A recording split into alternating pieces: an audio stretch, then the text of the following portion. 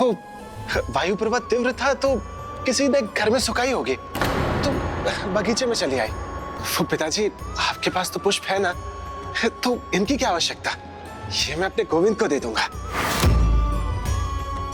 तुम जाओ बंसिया, मैं तुम्हारी चुनरी बाद में लौटा दूंगा।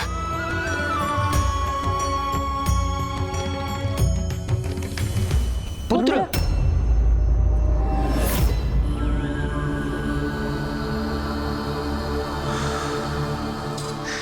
बच गया प्रभु, बच गया।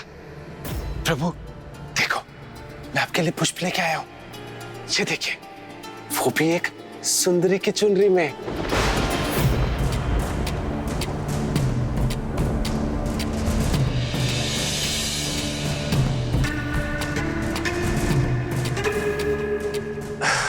बताता हूं, पूरी बात बताता हूं।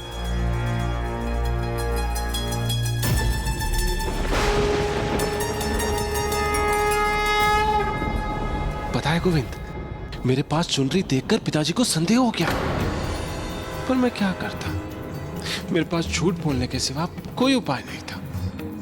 अब इतना झूठ तो चलता है ना गोविंद, उचित है ना गोविंद, ठीक कहा ना मैंने।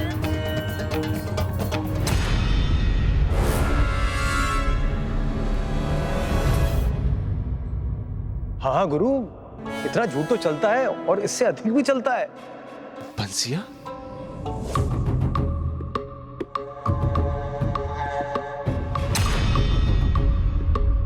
बंसिया, तुम यहाँ क्या कर रहे हो? अरे आप चौंक क्यों गए? मैं वास्तव में चुनरी लेने नहीं आया था, मैं तो ये बताने आया था कि गांव में हाट लगी है, कंगन, पायल, वस्त्र सबकी दुकानें लगेंगी और निकट की सभी सुंदरियां आएंगी वहां पे। अरे आप चलिए तो सही। नहीं, अभी मुझे पूजा करनी है, प्रभु को भोग खिलाना है। आप किसके लिए मना कर रहे हो? इस प्रतिमा के लिए? आपके सामने आपका जीता जागता मित्र खड़ा हुआ है और जो आपको बचाता भी है।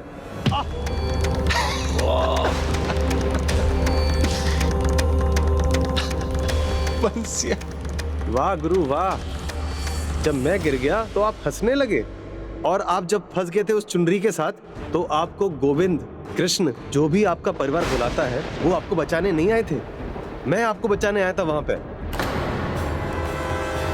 अब आप देख लो, हम तो जा रहे हैं, आना हो तो आ जाना, मंडली के साथ वहीं मिलेंगे। बंसिया, पुत्र,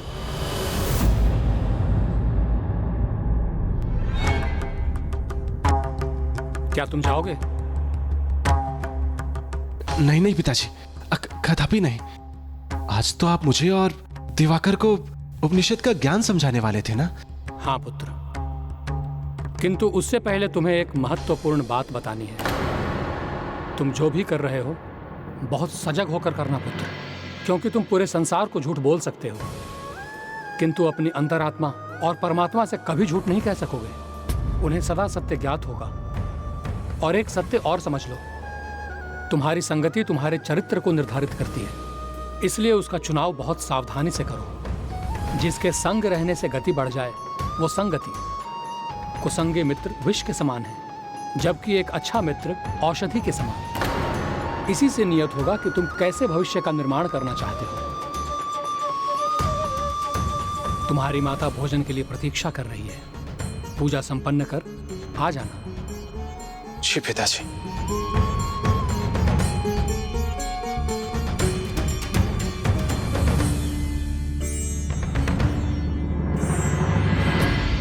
बस एक बार आपकी सहायता की आवश्यकता थी, कर नहीं सकते थे आप? पिताजी को यह सब क्यों ज्ञात हुआ? नहीं होना चाहिए था ना?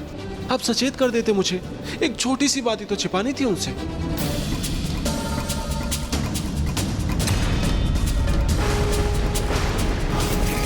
बंसिया ने ठीक कहा था, वही मेरा मित्र है और सहायक भी, आप नहीं।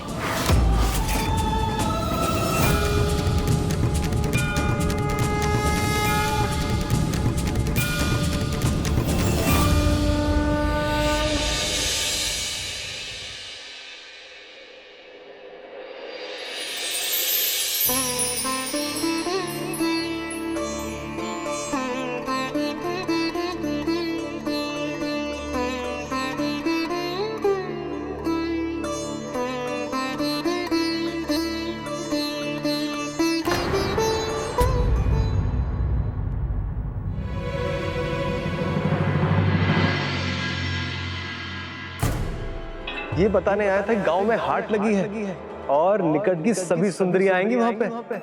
क्या पता किससे भेंट हो जाए आपकी।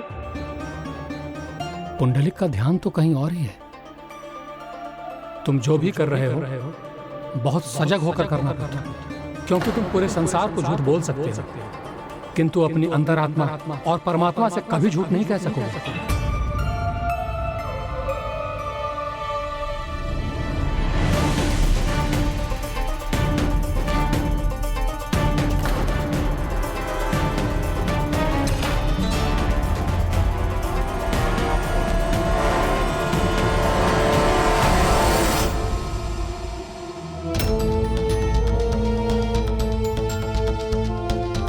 कुसंगे मित्र विष के समान, जबकि एक अच्छा मित्र औषधि के समान। इसी से नियत होगा कि तुम कैसे भविष्य का निर्माण करना चाहते हो।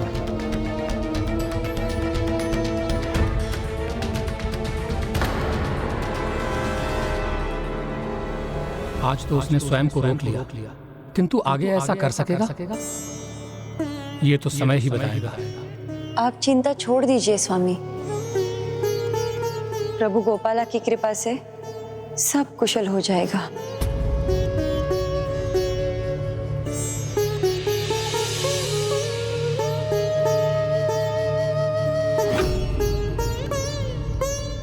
आप ही के कारण इस अवस्था में हूं मैं।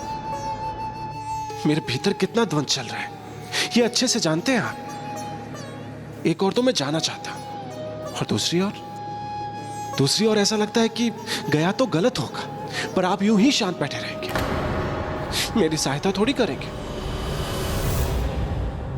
क्या सहायता चाहिए आपको भाऊ? मुझे बताइए, मैं करूंगा आपकी सहायता। ठीक है, मुझे तुमसे कोई सहायता नहीं चाहिए। तुम शांति से सो जाओ। जब से आया है मैं शांति से अपने गोविंद से बात भी नहीं कर सकता।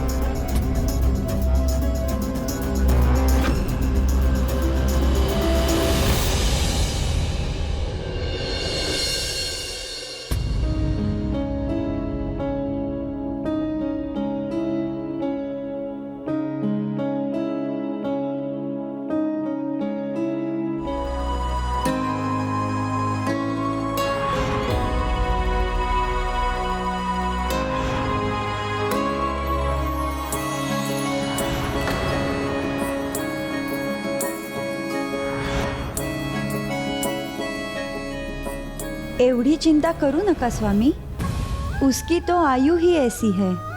ऐसी आयु में युवकों का मन विचलित होता है, किंतु जो बचपन से गोविंद गोविंद करता आया हो, क्या थोड़ी संगति बदलने से भला वो भटक सकता है? आप उस पर विश्वास रखिए। अब अपने नेत्र बंद कीजिए और सो जाइए।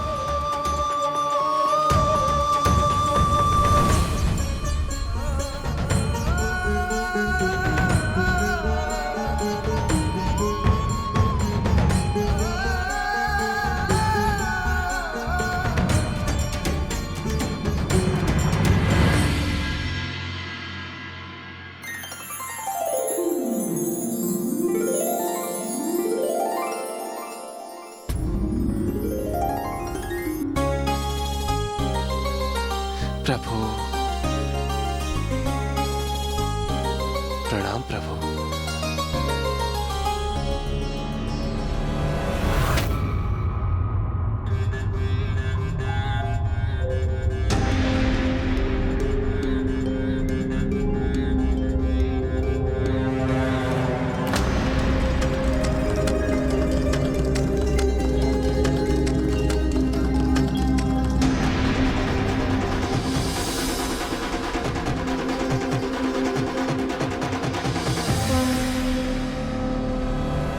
प्रणाम प्रभु।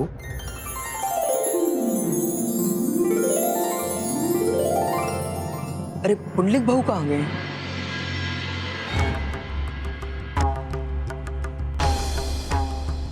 ताऊ जी, पुंडलिक भाऊ कहाँ गए? भोर में ही कहाँ चला गया वो? पूजा के लिए पुष्प लाने, और कहाँ?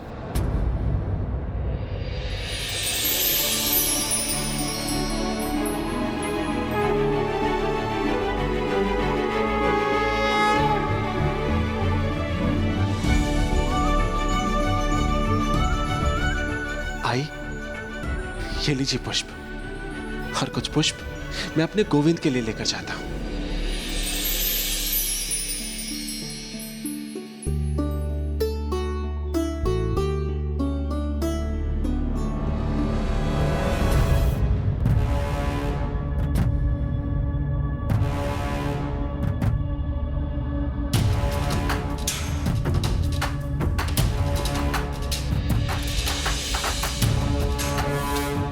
गोविंद, आपने तो कोई समाधान दिया नहीं, पर मैंने ढूंढ लिया।